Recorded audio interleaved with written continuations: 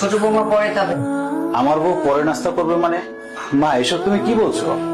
এই বাড়িতে আমার স্বামী একমাত্র ইনকাম করে, আর এতগুলো মানুষ তোমরা বসে বসে খাও।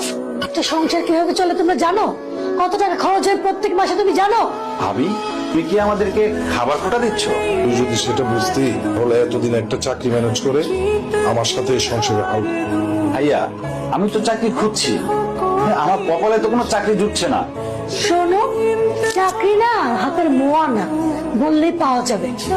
তুই যদি ফকিনীর বাচ্চাটাকে বিয়ে না করে বড় বৌমার খালাতো বোনকে বিয়ে করতি, তাহলে তোরও দুলালের মতো একটা ভালো চাকরি।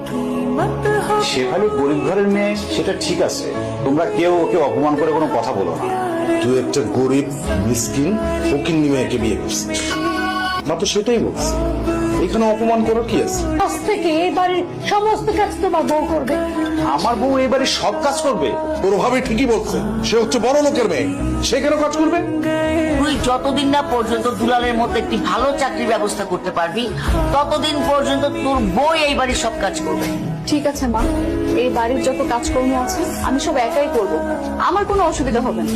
এখন হচ্ছিস কেন? আমি তো বেকার, যেহেতু সংসারে কোনো ইনকামের সাহায্য করতে পারি না, আমার নাস্তা করার অধিকার একসাথে নাই, আমি পরেই নাস্তা করবো। এই ফকিনীর মেয়ে, নম্বর মতো দাঁড়িয়ে আছো কেন? বড় বৌমা কি বলেছে? হ্যাঁ, বড় বৌমা বলেছে দুটা ডিম পোস্ট করে আনতে, যাও নিয়ে এসো। ঘরে কি আর কোনো কাজ নেই? এই যে ফকিনীর মেয়ে, এই একটা কাজে সারাদিন লাগাই দিলে আর কি কোনো কাজ নেই? মা, এই বাসার কাজকর্ম তো সব আমি একাই করি। হ্যাঁ, তুমিই তো করবা। কে করবে আর? আমি করবো নাকি আমার বড় লোক বৌমা করবে? আমি তো সেটা বলিনি মা। আমার ভোলা ভালা ছেলেটাকে পটায় টটায় বিয়ে করছো কি মনে করে? মনে করছো সারা জীবনে বাড়িতে পায়ের উপর পা তুলে রাজধানীর মতো বসে বসে খাবা? সে আশা তো পূরণ হবে না। মা, এটা আমার শ্বশুর বাড়ি, আমার স্বামীর ঘর, আর এই সংসারে প্রত্যেকটা জিনিস গুছিয়ে রাখা আমারই দায়িত্ব। বাহ বাহ বাহ বাহ। তোমার কথা শুনে মনে হচ্ছে তুমি এই বাড়ির মালিক।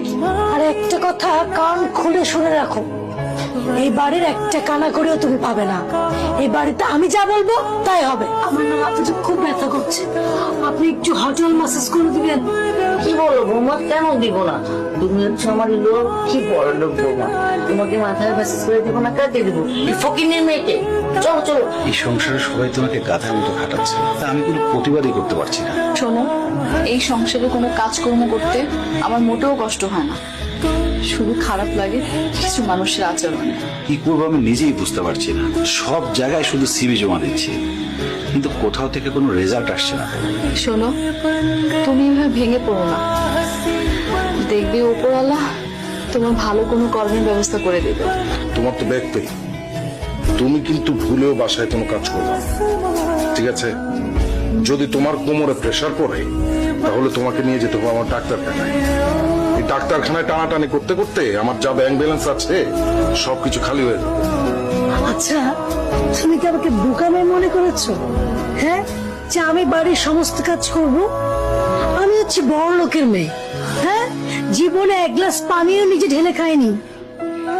এবারের সমস্ত কাজ তোমার ওই বেকার ছোট ভাই আছে না, তার বউকে দিয়ে করাবো। তুমি আগামীকাল থেকে মাকে দিয়ে বিভিন্ন কাজ করো।